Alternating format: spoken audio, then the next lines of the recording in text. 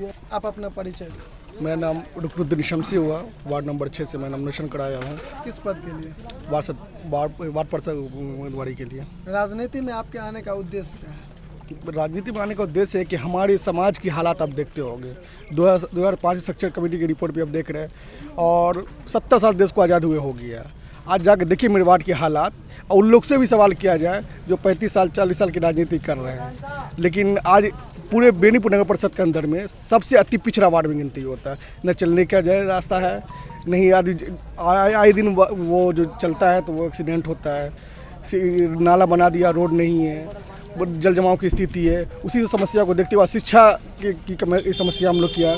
हम लोग चाहते हैं कि एक प्राइमरी स्कूल जो म्यूनसिपालिटी की तरफ से होती है उसका काम किया जाए उसके लिए, ताकि शिक्षित समाज हो, जो कोई भी ऐसा मसला हो जिसके लिए वो हर वक्त खड़ा रहे, किसी पूछने की ज़रूरत ना पड़े, ताकि हमको आपसे किसी चीज़ की ज़रूरत हो तो किसी के बजाने हाथ फैलाने की ज़रूरत नहीं पड़े, और जो भी ऐसी समस्या जो अपना खुद अपने निदान कर सके। जनता अगर आपको जनादेश देती है तो सबसे पहला कार्य आप क्या करेंगे? सबसे पहले जो पानी के जल जमाव की समस्या है और जो रोड की समस्या, उसको निदान करने का काम किया जाएगा।